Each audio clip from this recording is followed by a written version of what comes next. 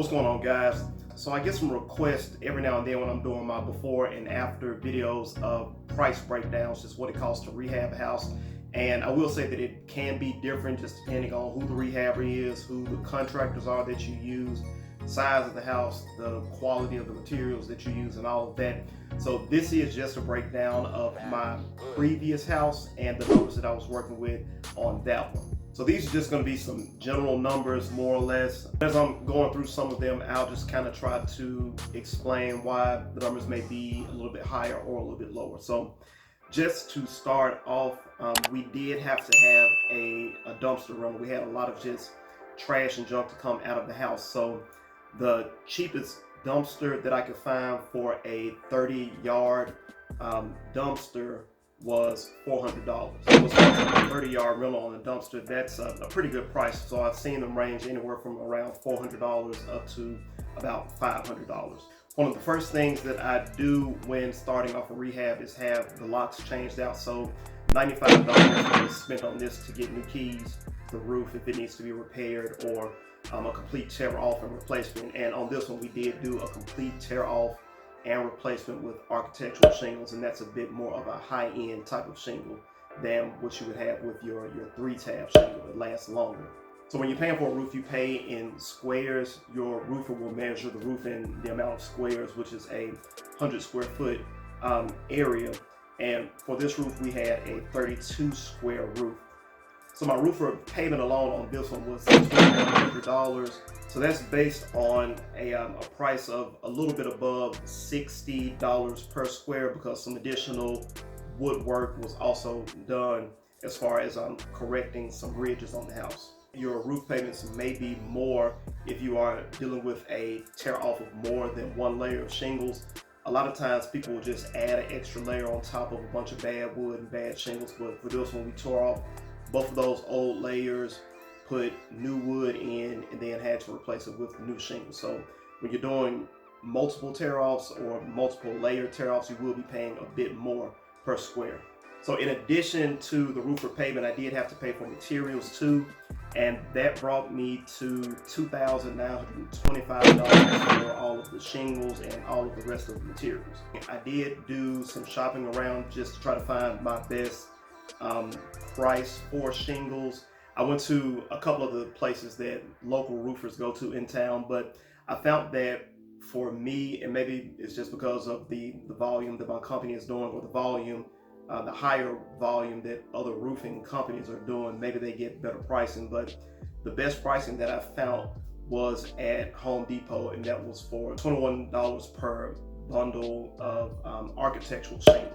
And I'll just throw this in there too, that you can get a better deal on shingles if you go with secondhand shingles that may not be perfect. They call those seconds. And you can find them here for as low as around $18.25, I think was the lowest that I found per bundle of shingles. We'll talk about the electrical and the plumbing. For this house, we did have electrical and plumbing issues that we had to have corrected. So to start off with, we did have to have an upgrade of the electrical box. Tore out an old fuse box. You want to get rid of those because they are a fire hazard.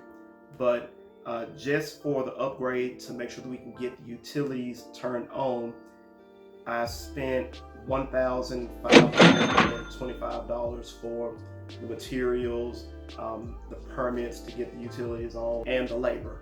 In addition to that, I spent another $980 for some additional labor, changing out a bunch of sockets, replacing some wiring. We had a bunch of different just wiring issues. I had to have electricity run to a laundry room that we did in the house. The laundry room wasn't set up to hold a washer and dryer, so I did have to have additional electricity run there. Landscaping on the front end cost me $360. The grass had grown up pretty tall, so we got rid of all that grass, pretty decent sized lot, and also trimming down just a bunch of hedges and bushes, completely clearing the fence line. So for the plumbing, I have two different numbers here. One was $875 for some plumbing that we had underneath the house. We have a crawl space, so all of that plumbing goes underneath the house. The house had an old beauty salon that the old owner had that we converted into a laundry room. So we had that. We had a washer box put in where that sink was. Had some different sink fixtures and everything put in, and the hot water tank, it had reached its 10-year life, I guess what you would say. It's expected to last for 10 years, and although it was still working, it had started to rust, and went ahead and just took care of that on the front end just so we wouldn't have issues with it later. So new hot water tank, which cost me $495.97. Now for this house, it was already set up for central air and heat, but we were missing a unit. The heating unit, the furnace, it was old, not working, so we replaced all of that. And for the lumber, the materials, making sure everything was good and working, that cost me $3,400. Separate from that, I did have an AC unit cage made. We're in Memphis, so you want to make sure that those condensing units are secure so nobody runs off with them. So that was an additional $300 for the cage.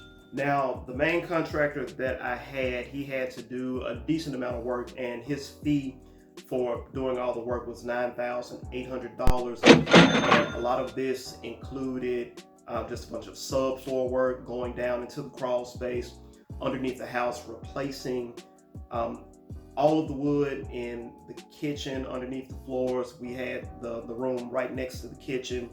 Floors had to be replaced there. Support and beam checks underneath the house in different rooms. So a decent amount of work done underneath the house. We did paint, some siding, replacing rotten wood, completely redoing the kitchen, and really just updating everything. So the price for this was a decent price for the amount of work done. I did rent a floor sander because we used the original hardwood floors in the house, just sanded those and stained them. For the floor sander, paid $134. We're almost done with the price and all the different costs for this one. The only other things were the supplies and the paint. Now the supplies alone ran me $6,684, and then an additional $381 in paint. So that brings the grand total to a little over $30,000. Now, I will say this, I ran over my budget on this one. Now, I did talk to some other rehabbers who are doing similar kinds of rehabs where they're taking care of just everything on the front end, making the houses just really super nice to bring in more rent or to sell at a higher price.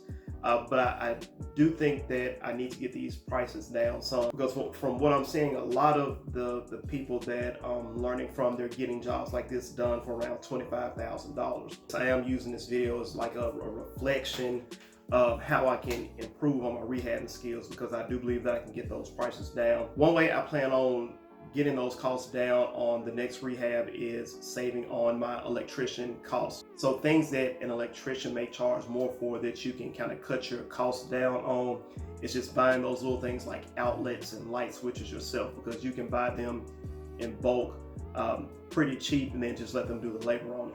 I was just kind of checking out some of the prices for things like outlets, and I was seeing that, you know, where I was being charged a bit more for letting the electrician take care of those types of items.